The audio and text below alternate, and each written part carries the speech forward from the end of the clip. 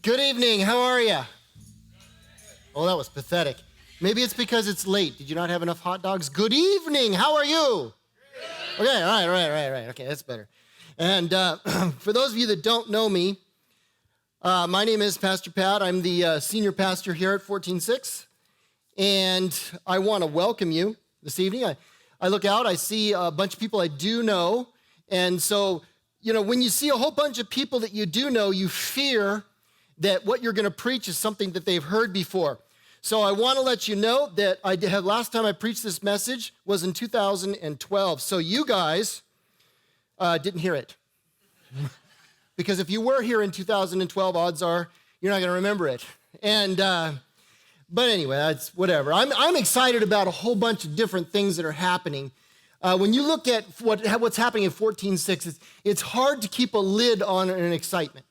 First of all, we've got a kindergarten through 7th grade Christian academy that meets here Tuesdays, Wednesdays, and Thursdays. Here at the church, it's a Monday, Friday homeschool thing. It's a school. It's a full elementary school. We have that going. We have a homeless ministry that we do on a regular basis. We have all kinds of small groups. In fact, we pretty much have a small group every day of the week. We do foreign missions. We've been overseas. We just got back from Haiti. We're planning to go again next year in November. And it's just a lot of exciting stuff that's going on around here. And one of the things that I want you to know is if you're new to what we're doing, normally on Sundays, what I do is I go through the Bible chapter by chapter and verse by verse. It's a little bit different than what you see. It's a completely different worship band tomorrow. It's a little bit different format.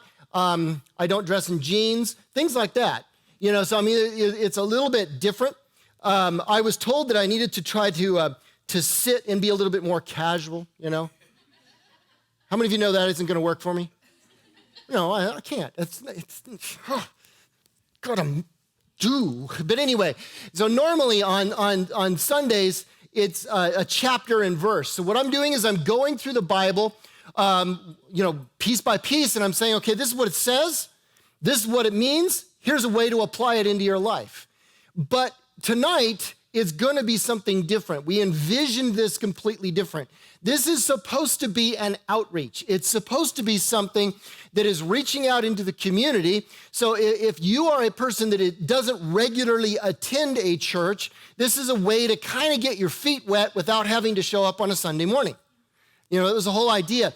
And we really put out all that we could in terms of social media and flyers and door hangers and everything we could to try and get the word out. But one of the best ways we can get the word out is if you invite people. Now that you've been here once, you know what it's going to be like over the next 5 weeks. But I also want to give you kind of a preview of what the message is, what I'm going to be speaking about is, and why it's different. Normally on a Sunday, I go through the Bible chapter and verse. But I am a very big proponent of something called apologetics. Apologetics is the science of why Christians believe what we believe. And it is a science. I am currently in the middle of finishing my master's degree in apologetics, and I am scheduled to go on to finish my PhD, also in apologetics. So it is something that I have been studying for a long time. It's something that I have to write 4 20-page papers on in the next 4 weeks from the classes that I'm currently taking. So I am right in the middle of this stuff. Well, apologetics is very different than going through the Bible chapter and verse. It's a whole lot of science. There's a lot of physics, and there's biology, and there's math, and there's logic, and what is the Calum argument, and all this sort of thing. And it's a lot more detailed. So we decided we were going to put that in on our Saturday nights. So I warn you in advance, I'm going to be using big words, and I'm going to be doing things that we don't normally do on a Sunday. So if that appeals to you, or if you know somebody that says, hey, he's going to talk next week about Australopithecus africanus and why its cranial capacity says something about human evolution, which I will. Okay, then you're going to want to bring them next time. Okay, so let me tell you what we're going to be doing in the next few weeks, and then we'll start. Okay, next week we're going to talk about keeping it all together in your marriage. And when we talk about marriage, yes, I'm going to give you the tools and the tips and the things that the Bible says, but I thought, you know what? I need to talk about the fact that human beings were created in the image of God. So we will be discussing human evolution. And I'm going to give you the apologetics that shows why you can believe that God created human beings and not some multi-billion year process. So we will be going through a lot of different evidence. You're going to see pictures of Australopithecus, which I mentioned, and some of the others. Okay, the week after that, on the 24th, we're going to be talking about how to keep it all together with your kids. And so we're going to be talking about what the Bible says about how to raise your children. But then I thought, descendants, we got to talk deoxyribonucleic acid. Yes! We're going to talk about DNA, and we're going to talk about the DNA paradox. We're going to talk about what is epigenetic information. We're going to talk about irreducible complexity. So it's going to be, I warned you that Saturday nights can be more like going to a college class. Okay, on October the 1st, we're going to talk about keeping it together in your mind. Okay, so yes, at that night, we're going to be talking about how to have an assurance that if you've given your heart to Jesus of Nazareth, you can trust that you're going to heaven. But we're also going to be talking about the laws of logic. We're going to talk about what's called the Callum argument. We're going to talk about not only the laws of logic, but what is cause and effect, what is an infinite regress, and why doesn't that work, and various different things. So it's a lot of logic, a lot of math that night. It's going to be a little bit different. I have found that when I give series like this, people like to take notes because I tend to throw a lot of information at you. On October the 8th, we're going to talk about keeping it together in the bedroom. And yes, your favorite subject, we're going to be talking about sex. Okay? Believe it or not, the Bible is not anti-sex. In fact, God invented it. Not only did God invent it, when he invented the first people, they didn't have clothes. So this is not a bad thing. So we're going to be talking about the Bible is not anti-sex, but it does talk about sex the right way. And so when we talk about sex, we're going to have to go into various different numbers of logical fallacies, and we're going to be discussing why it is that there really is no such thing as morality unless God is real. Without a real God, there is no morality. So we're going to be going over those arguments. These are very powerful arguments that have defeated some of the world's greatest atheists. They can't answer these arguments that we're going to be going through.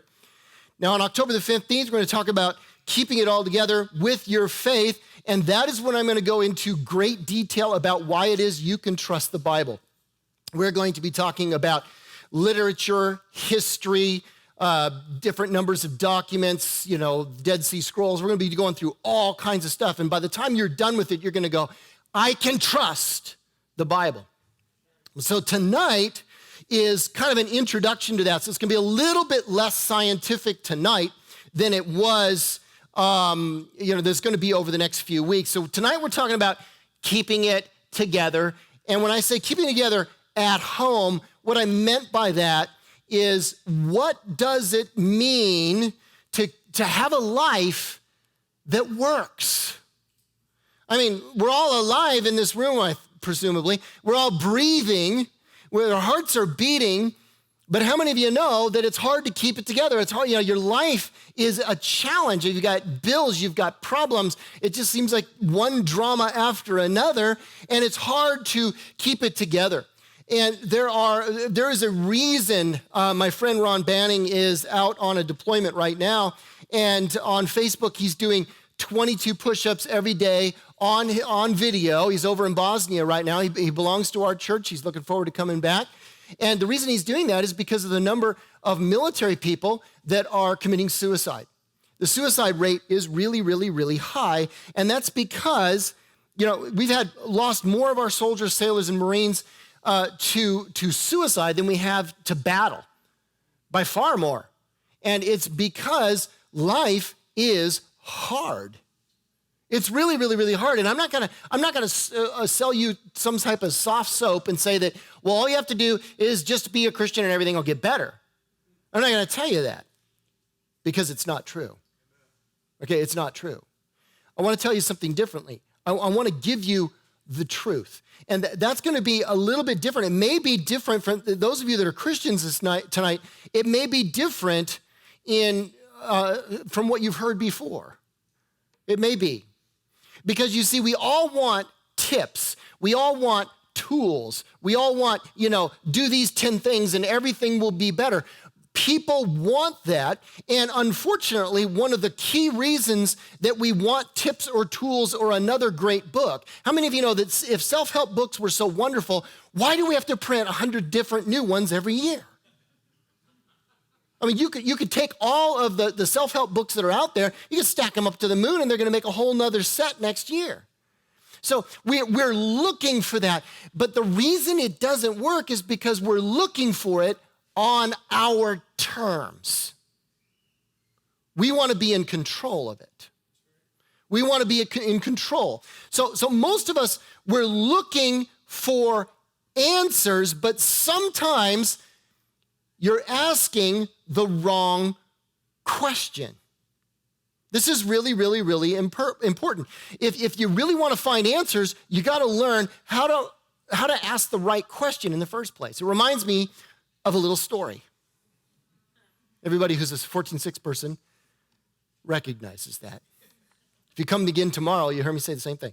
Okay, anyway, there was a Greek philosopher, and his name was Anaximenes, if I can get that right.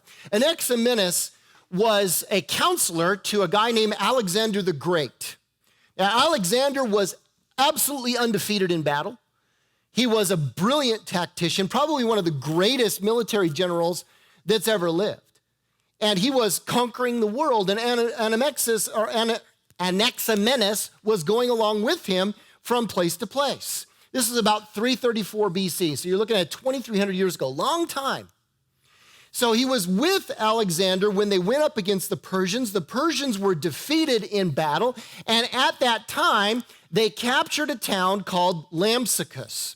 Now, Lampsacus just happened to be the birthplace of Anaximenes. I got to get that right. Anaximenes. It was his birthplace. And of course, he wanted to save the town because Alexander had the habit of going in, and when he won the battle, he basically destroyed everything, right? I mean, he burned it to the ground and took slaves and took whatever. And so he wanted to save his city. So he went to see the king. Now, Alexander saw this coming. He knew that this was the birthplace of his philosopher friend, and he was prepared. In fact, when Anaximenes walked in the room, the king interrupted him before he could say a word, and he said, "I swear by everything that I believe in that I will not grant your request." And Anaximenes said very quietly, "Well, my lord, I was just going to ask if you would destroy Lampsacus." And then he smiled. And Alexander just shook his head, and he knew he had been beat. Because what are you going to do? If he says, well, if he goes out and destroys the city, he's going against his own word, and so on and so forth. So by asking the right question, see, we all want answers, but if you're not asking the right question, you're not going to get the right answer. And that's what he figured out. He saved the city because he realized he needed to ask the right question. Now, you see, the truth is, most of us have already asked the question, does God exist? The vast majority, well over 90% of people in the Western Hemisphere, people in the United States, believe that God exists. They've already asked this question. It's the wrong question to ask. There's less than 7% are actual true, by the definition, atheists. There's not very many. The majority of people in this country believe in God. That's the wrong question. The majority of people in the United States go to church. Well over 70% have attended church within the last 4 to 6 months, which is considered church going. If you've gone once, you're a church goer. That's the way this, as a pastor, you're not a church goer. That's okay. Just so you know, it doesn't work for me. Okay, but anyway, most people have asked that question. I've tried the church out because, again, they're looking for tips, they're looking for tools, they're looking for answers, and they will try it out. It's the wrong question. Whether or not church is going to work. There's lots of churches. Lots of good churches right here in town. We're not the only good church here. In fact, if this doesn't work for you, I'm going to recommend you go try Calvary just down the road. They're a great church. Pastor Brett's an awesome pastor. They got good music over there. There's nothing wrong with Calvary Chapel. There's nothing wrong with Radiant down the road here either. I'm not one of those guys that says we are the people and surely Christianity will die with us. No, that's not how I think. So that's the wrong question to ask. Here's the right question. The right question is, how can you really connect with a real God in a real way so that it makes a real difference? Now, that's a whole lot different than asking what's a good church or whether or not going to church will make a difference in your life. It's a different question than asking whether or not God exists. That's a different question. We're asking about real connection with the real God that's going to make a real difference in your life. How do you get that? That's the question I want to answer over the next 6 weeks. That's the question I want to answer because I think it's the right question. Now, our entire church is wrapped around answering this question. Now, we just finished doing some renovation, but at one point we actually had this painted on the wall out there. But if you've gotten one of the trifolds that you're looking at there, you're going to see what our vision is. It says connect, do, and grow. We want the real deal around here. We want to really connect with the real God. And we want to really do what he says because we really want to grow like never before. We want the real thing here. That's what we're after. We're asking the right question. And I'm here to tell you that the answer is in the Bible. So let's go to Hebrews chapter 11, verse 6, and take a look at how we're going to answer this question. Hebrews 11:6 says this: anyone who wants to come to God, you want to come to God, you want to connect with God. Now, there are Christians in this room. You've been a Christian a long time, but you want to connect at a deeper level than you ever have before. So everything I'm going to tell you tonight is for you. Don't think I'm preaching to the choir. There are people in this room who do not yet have a real relationship with the real God. This is definitely for you. If you want to come to him, it says you must believe that God exists and that he rewards those who sincerely seek him. Now, we're going to get into this in a little bit more detail. Now, I want to start with, and I'm not saying this to be patronizing in any way or insulting, but if you're not really familiar with the Bible, that's okay. There are 1,189 chapters in the Bible. It's actually a collection of 66 books. It's not one book, it's 66. It was written over a 1,500-year period in 3 different languages on 3 continents by 40 different people. There's a lot in there. The vast majority of people who are Christians have never read it. Now, the reason they haven't, and I'm going to be honest with you, in my current classes, I had to completely read the Bible cover to cover in about a month. That was hard, to say the least, because when you get into First Chronicles and it's so-and-so begat so-and-so begat so-and-so, after a while, I don't care, okay? I mean, if you're honest, I don't care. And you're going, God, why did you put this in here and I have to read it for my class? Okay, I understand that. So if you're unfamiliar with the Bible, that's okay. I'm gonna encourage you. There is a lot in there, even in the begat section. I've proven that to my congregation more than once. But it's a collection of books.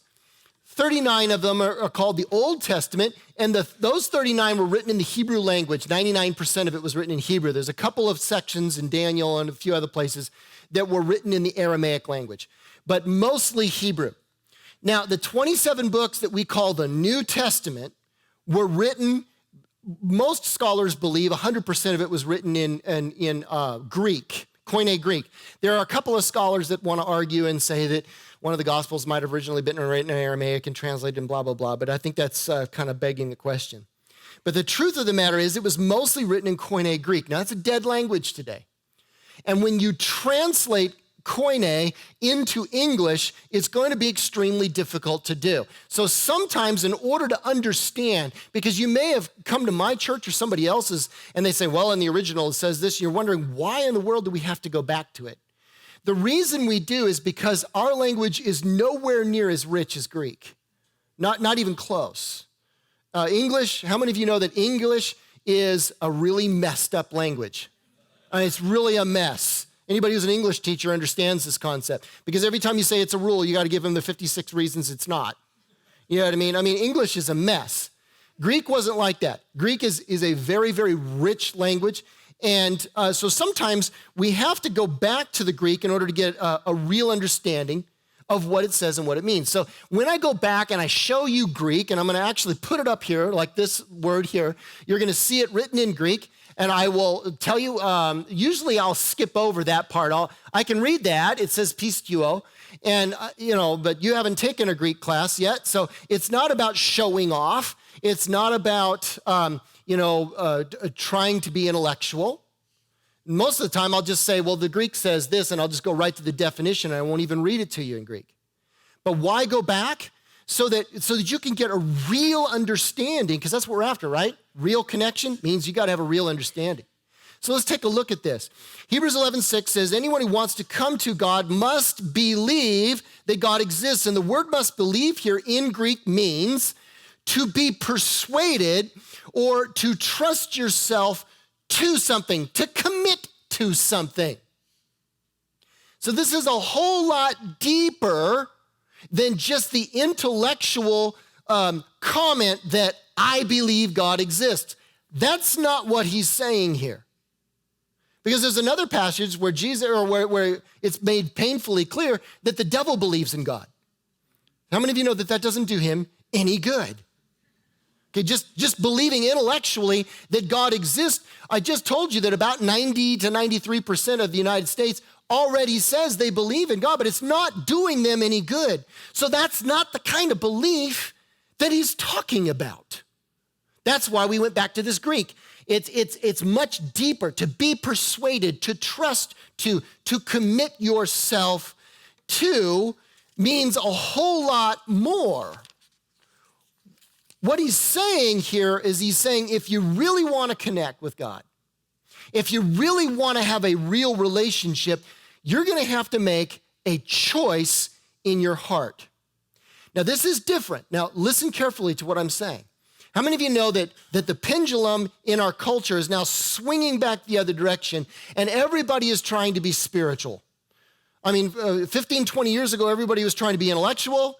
Now everybody's swinging this way because they're finding out that that's empty. So now they're all swinging over here towards mysticism. And that's why everything you see on Facebook is some spiritual thing, angels, or, everything is great and just believe. And lots of pictures of sunsets and kitties and, puppies and things like that.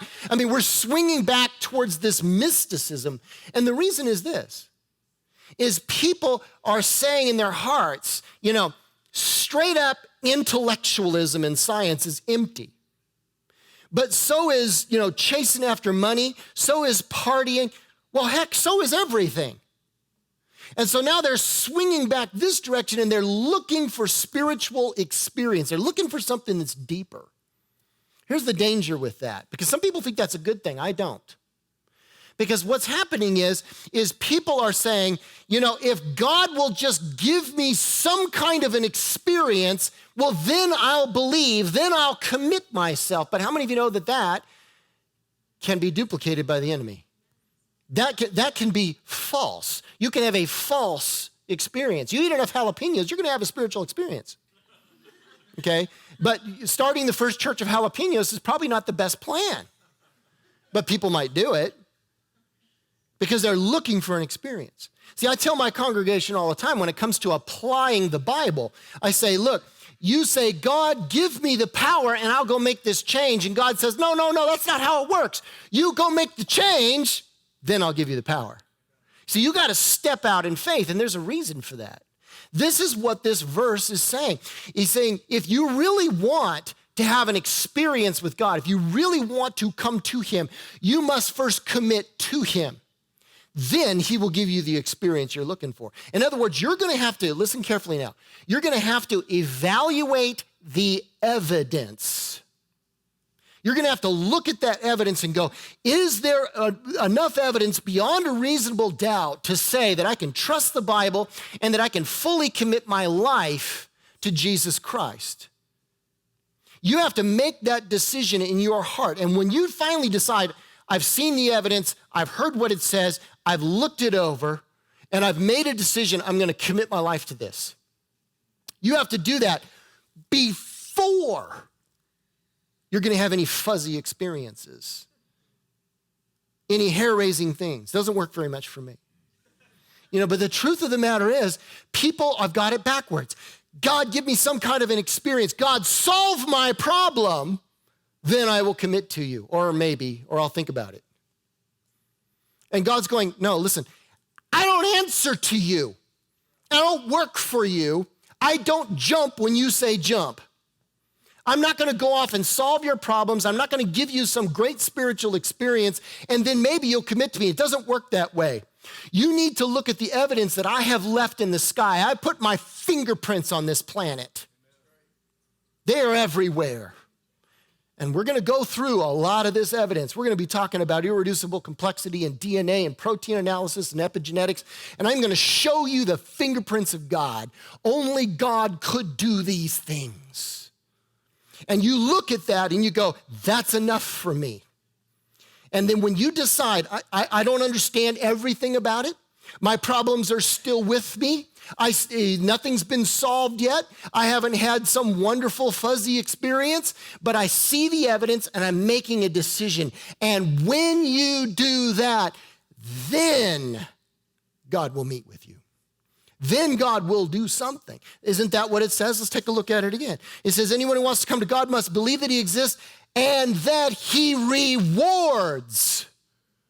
It does not say that he rewards those first and then they will seek him. It doesn't say that. It says you must first commit to and you must first believe that he will reward you if you're diligently seeking him. But it doesn't come backwards. How many of you understand what I'm trying to say here? Because too many people in this culture have it backwards. Too many of your friends have this backwards. Because they'll say to you, well, I tried church. What they mean is, I went there, nothing miraculous, exciting, or lightning bolt happened to me, I'm out of here. They don't understand how this really works. See, God is saying you have to make a choice based on the evidence that I have laid out for you. That's what faith is. You have to come to God in a completely different way. Take a look at what Jesus himself said about himself. John chapter 14, verse 6 is what we named this church after. That's why it's called 14:6. We named it after this verse. It's all about this. Jesus said to this guy that was asking, he said, I am the way, I am the truth, and I am the life. And no one gets to God, gets to the Father, except through me. You're not going to be able to have an experience with the real God until you understand that Jesus is the door. He's the way. And if those of you that are Christians and you're nodding your heads at me, you may know that that is true, but how many of you know that if you quit going through the door, you're still on the outside? Because even Christians who acknowledge this, they can step in and they've become Christians, they've committed themselves to the Lord, and then they stop. That's why there's 3 parts to this: connect, do, and grow. You got to be doing all 3 if you really want the life that he is offering, if you really want a life that works. So Jesus said, I am the way, the truth, and the life. And he is saying, look, you are not going to find what you are looking for in anything else. You're not going to find it in any pursuit. You're not going to find it in intellectualism. And trust me, I became a Christian because of science. There are different ways to become Christians. Some people become Christians because, their entire life has fallen apart and they're down at the bottom. Okay? Some people, that's their story. And there are others that will reject God because they go, well, only people who are real losers. And I'm going, welcome to the club. You know what I mean? Because we're all there. But that wasn't my story. I've never done drugs. I've never been drunk in my whole life. I've never done all those things, and I'm not saying that from a pride point of view. I'm saying it's just not my story. It's just not my story. It's Dwayne's story, but it's not my story, okay? But it's not my story. My story is pure intellectualism. I was studying the theory of evolution. Remember, apologetics is my thing. And when I realized that the theory of evolution had so many scientific holes in it, I could drive Mack trucks through the holes, I finally went, this can't be true. God must exist. I came to Christianity on a purely intellectual level. But whether it's intellectual or it's emotional or it's both, the truth of the matter is what we have to do if we want to have a real connection with God is we have to recognize what Jesus is saying here. He's not saying I'm a truth. He's saying I'm the only truth. I'm not one way to get to God. I'm the only way to get to God. It's not, hey, if you add me into your life, it'll be better for your life. He's saying, I am life, and without me, you're the walking dead. Simple as that. That is an incredible and very exclusive claim. And we're going to go over the next few weeks a lot of the evidence that will tell you why we can believe that that is true. But one of the biggest problems is that people still see their spiritual beliefs as kind of like a side order. It's like adding ketchup to your steak. Now, I know that that is good, okay, ketchup on steak. Most people disagree with me on this for some reason. But anyway, I like adding ketchup to my steak, but most people will tell you that the steak is more important than the ketchup. But the problem with that is that everybody who knows intellectually and has experienced it understands that the ketchup is better than the steak. But we can argue about this all night long, but one way or another, too many people see their spiritual beliefs this way. It's just an addition to their life. It's something that may or may not add something to their life. That's the wrong way to look at it because Jesus didn't say, I am an addition. He said, I am life. Without me, there is none. It's going back to that Hebrew scripture again. Until you are willing to examine and evaluate that evidence and make up your mind whether or not you want to fully commit to who God says he is, regardless of how you feel, you will never find the life that you were looking for. You will never have a life that works, and you're never going to keep it together, I guarantee it. That's what Jesus is saying. Pretty powerful stuff. Pretty powerful stuff. So once again, people have to understand that you have to make a decision about who God is and what your commitment to him will be before you can experience him. In other words, if you want to get wet, you got to get in the water. Okay? Can somebody grab me a water? I'm dying. Just something. I got a real scratchy throat. Wow. If you want to get wet, you got to get in the water. That's what Jesus is saying. I am the way, I am the truth, I am the life. No one gets there except through me. So what we're talking about is a total commitment. So I said that we have to examine evidence. Now here comes the science part of tonight. We're going to give you just a foretaste of some of the stuff that is what led me to Christ a long time ago. We're going to talk about real science. Now I'm not talking about metaphysics, and I'm not talking about Facebook science. I'm talking about real science from real scientists. We're going to talk about physics. So we're going to start with the theory of relativity and the second law of thermodynamics. So when we're talking about real evidence, we're talking about why can I believe? It says at the beginning there, it says, if you want to come to God, you got to first believe that he exists. So you have to start with the evidence. So let's take a look at it for a second. Now, theory of relativity and the laws of physics tell you when you look out into the universe, when astronomers look out into the universe, they see that the universe is expanding at a measurable rate. We can look out and literally watch the universe expanding around us at a measurable rate.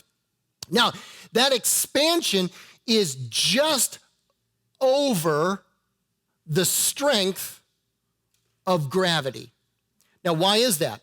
Because if it was less than the strength of gravity, the universe would collapse back in on itself. But gravity is not strong enough to keep the universe from expanding. However, that expansion is just slow enough that it's not greater than what's called the strong and the weak nuclear force, because if it was, it would literally blow reality apart. Okay, the strong and the weak nuclear force is what holds protons, neutrons, and electrons together. So the reason mass exists at all is because of those forces. So you got, from a relativity point of view, you got the law of gravity, you got the strong and weak nuclear force. These are perfectly balanced so that the universe expands. Now, why is that important? Because it proves, now listen carefully, scientifically, it proves that the universe had to, at one point, have been what we call a singularity. It had a starting point. That is a scientific fact. You can't get away from it. Some of the world's greatest astronomers hate that fact. Sir Fred Hoyle, for example, hated it so much, he came up with a new theory called the steady state theory because he did not want to admit that the universe comes back to a singularity. Because if you admit that, there's a problem. Where did it come from? Does that make sense? So the steady state theory is the idea that the universe itself is eternal. It's always existed, it always has. The problem was that Sir Fred Hoyle began to study this and study this and study it, and he had to disprove his own theory. And later he became one of the most grudging deists in the world. He never became a Christian, but he finally said, there is a God, I don't like it. You know, his colleague, Dr. Chandra Ramasinghe, said the same thing. There is a God, I don't like it either. Okay, because there has to be. When you look at that, the universe is expanding at a given rate. It's not so fast that you end up with the strong and weak nuclear force going away. And because the gravity's not strong enough to pull it back in, so it can't oscillate back and forth. That's called the oscillating universe theory. So we end up with what's called the Big Bang theory. How many of you have heard of that? Okay, what the Big Bang Theory is, it says because of this science, because we can see this, because we can prove this, we know that everything came from nothing. We just don't know why. That's the truth. The world's greatest scientific minds will tell you that once there was nothing. Now let's think about nothing for a second. Try to picture nothing. Okay, that's a bad plan because a picture is something. Most of you are thinking of like blackness or space. That's something. I'm talking about nothing.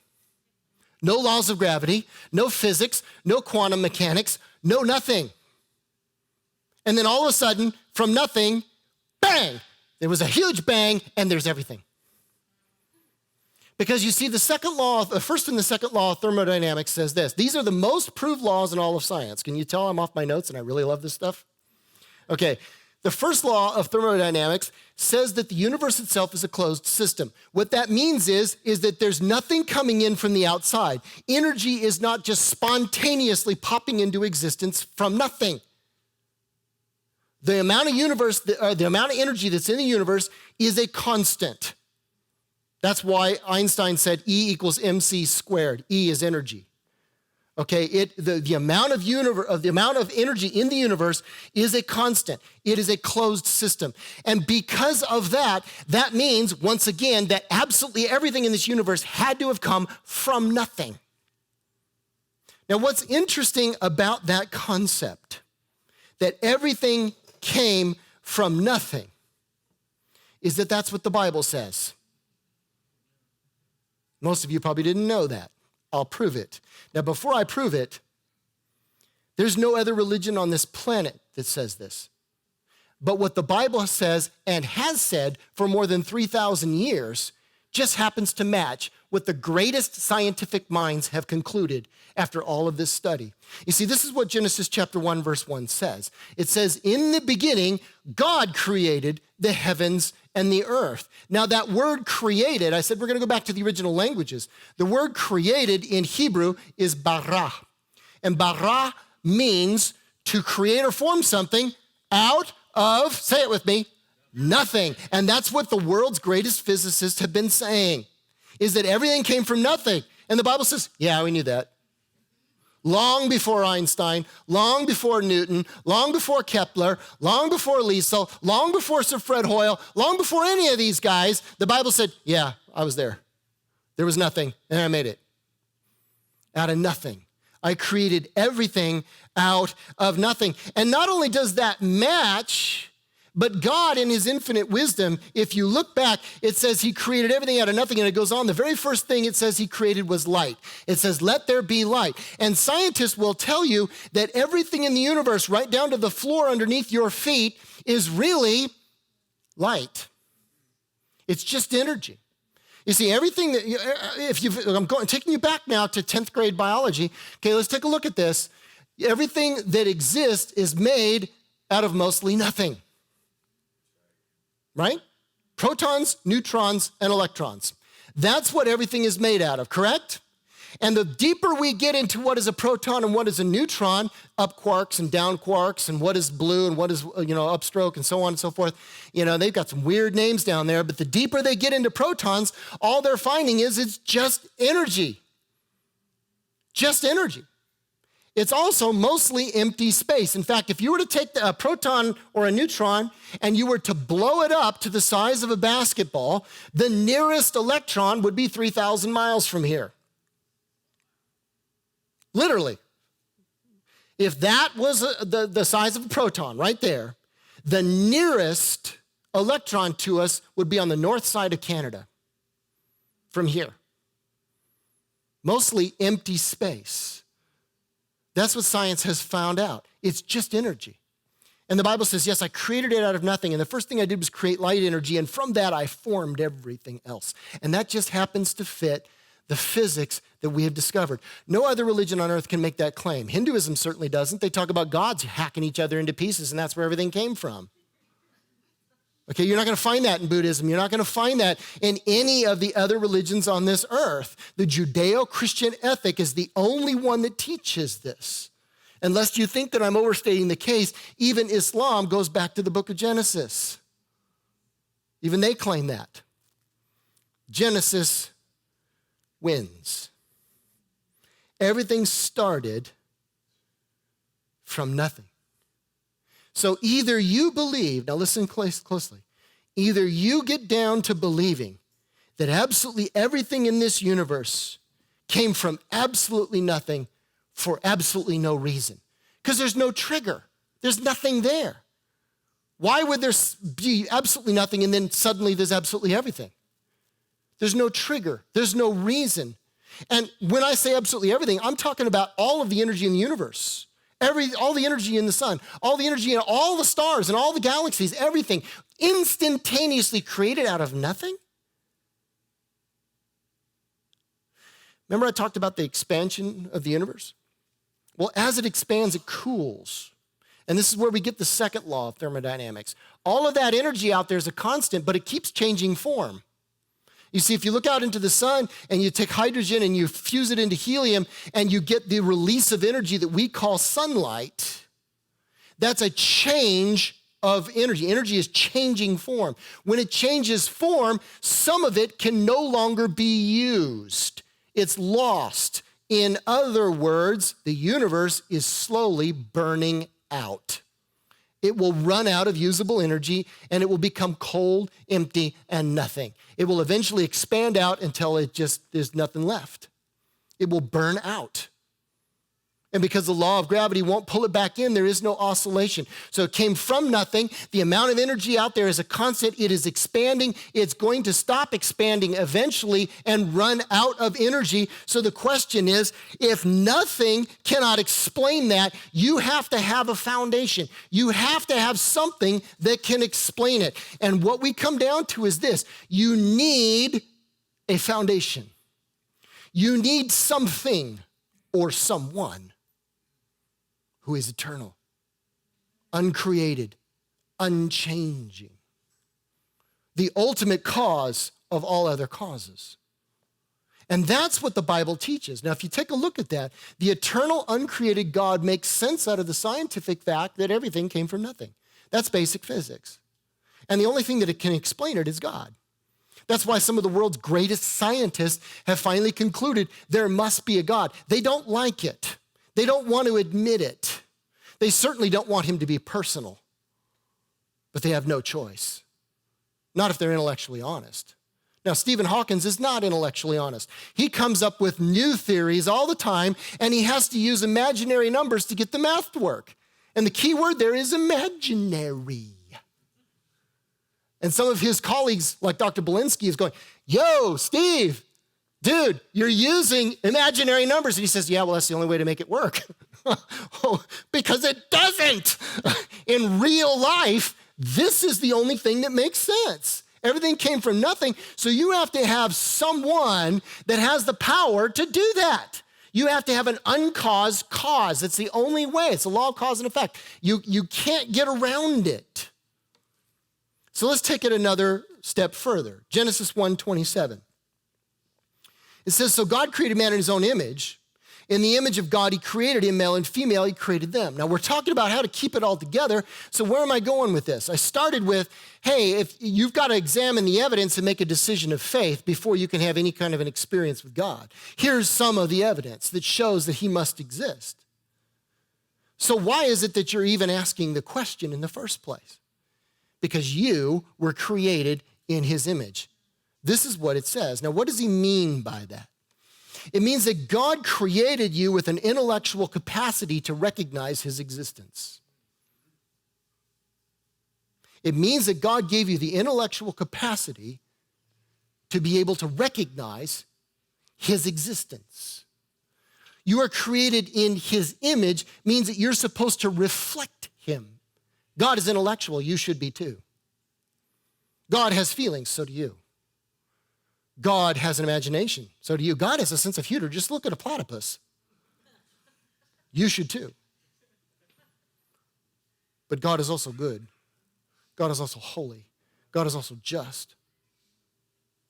And God created you in his image so that I should be able to look at any person in this room and say, that is what God is like. If you want to know how God thinks, all you got to do is open up Ryan's head and look at what he's thinking. He doesn't want you to do that for some reason. Okay, if you want to know how God interacts with other people, watch Dwayne for a few years. No? No, not good. Okay, it's not good. Okay, if you want to know how God cares for other people, all you got to do, talk to Dr. John, tell you all about it, right? No. And we keep going around the room. None of us think the way he thinks. None of us act the way he acts. None of us talk the way he talks. None of us love the way he loves. We're designed to reflect him. We don't. That's why your life doesn't work. You were designed to live the way he told you to live, but you don't. And neither do I. In fact, the Bible says that none of us do. We've all betrayed him. We have all betrayed his image. Some have done it in bigger ways than others, but everybody's guilty. And what he's saying to you is this. He's saying, I've created you in my image so that you have the intellectual capacity to see that I exist, to make a decision to commit your way to me, because you haven't. So until and unless you are willing to utterly commit yourself and make me the absolute king of your life, it isn't going to work.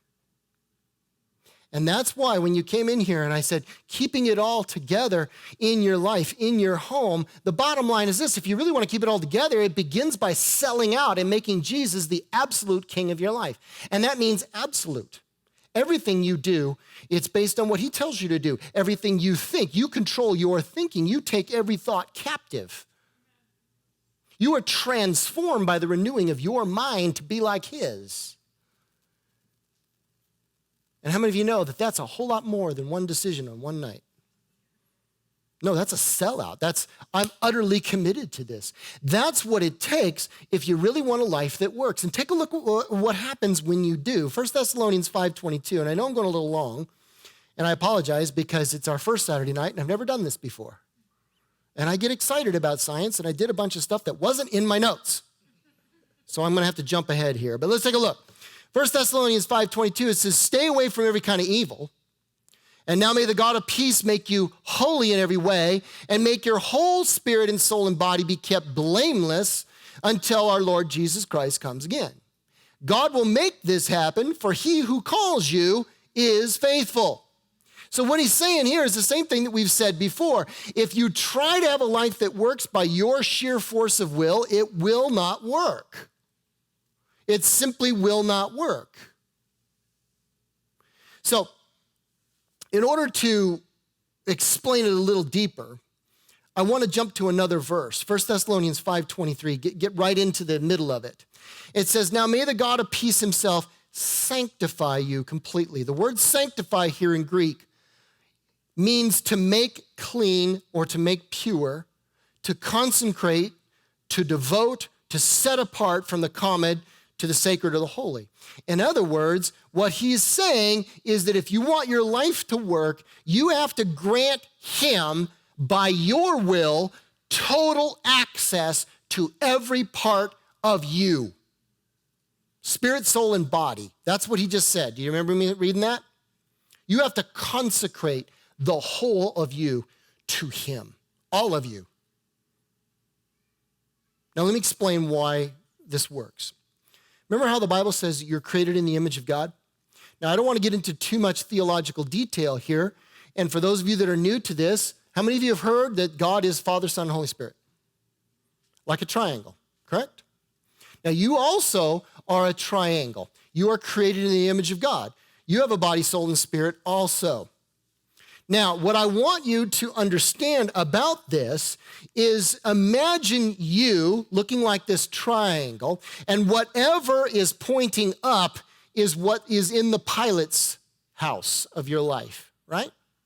So I said body, soul, and spirit. So the up point is the controller, the pilot, or the father. It's what runs you. Now, if you put your soul up at the top, your soul in the Bible's context means your emotions or your personality. How many of you know that if you run your life by your emotions, it's usually a bad plan?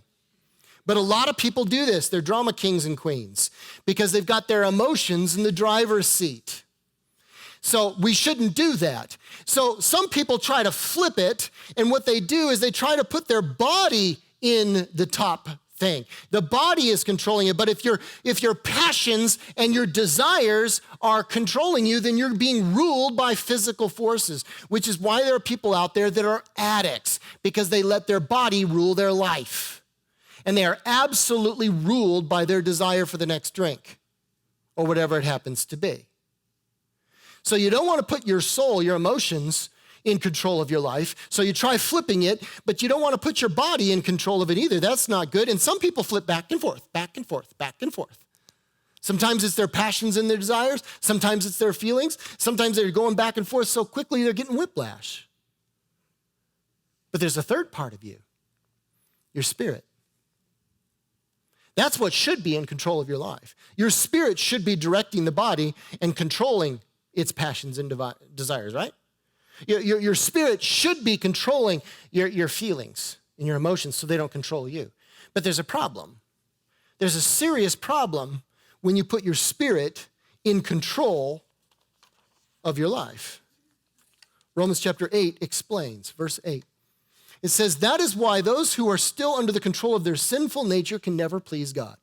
You see, if you put your spirit in control of who you are, but you have never given your spirit over to Jesus Christ, you've never made him the Lord of your life, then the Bible says your spirit is dead. It's dead. And that's why he says here, if you're trying to be controlled by that sinful nature, that flesh, that spirit that's dead, you can never do this. But you see, you're not controlled by the sinful nature. You're controlled by the Spirit if you have the Spirit of God living in you. So if you give your spirit over to the living God, you've utterly committed yourself to him, and you put your spirit in control of who you are, then the spirit that's controlling your body and your passions, your lusts, your fears, your emotions, if it's the Spirit of God, then you can keep your life all together because it's him that's controlling it and not you. Make sense? So he says, and remember that those who do not have the Spirit of Christ living in them, they don't belong to him at all. So Christ lives within you, so even though your body will die because of sin, the Spirit gives you life because you've been made right with God. So what he's explaining here is he's saying, look, if you want a life that works, you've got to flip everything and put me in control. Does that make sense? You got to put me in control. Now, people try different things. The Buddhists try to put their spirits in control. So they will deny their bodily passions, they will deny their emotions, and they will sit around and think about nothing and be absolutely controlled, right? How many of you know that the Buddhists can have some of the biggest riots you've ever seen when they don't get their way? Because a dead spirit in control, I don't care how much control you think you have. You might be able to fast for 30 and 40 days at a time. You got a lot of control over the body. You have a lot of control over your emotions. But if your dead spirit is in control, you've got nothing but death. So just being spiritual doesn't solve your problem. Other people flip it and they become Epicureans, and everything is about having fun and party. They put their body in control of their life. How many of you know it just becomes a chain around your neck? It's just death. There are other people, they put their emotions in control, their emotions in control. Well, it's completely inconsistent. One second you're in love, the next second you're getting a divorce, then you're in love, and then you're getting a divorce, and you're going back and forth, and it just depends. You can't keep it all together until you give your life utterly and completely to Jesus Christ. And those of you that have already done that, you have to keep doing it. Because that's part of the problem for those of us that are Christians. You see, that is why we did these three things at this church, and I'll close with this. This church is about understanding these concepts. That's what we do here. So if you want to come back on Sunday morning, that's all we're about. Three things: connecting, doing, and growing. What we want to do is we want to connect in a real way between us and God. That is a choice of faith that you have to make. But when you make that choice and you begin to really do what he tells you to do, then you will grow like never before. And we get together as a group to learn how to do this. That's what it's all about. And it's a process. Those of us that are Christians and have given our lives to Christ a long time ago, this process is something that's daily. In fact, the Bible says you've got to do this every day. It's like taking up a cross. Jesus said, you want to follow me? What you got to do is take up your cross every single day and follow me. A cross is heavy and it's hard to bear. But what we do is we connect with each other, we connect with God so we can do this and so that we can grow. Make sense? Now, what I'm going to do over the next few weeks is I'm going to go into even greater detail. Next week, we're going to talk all about evolution.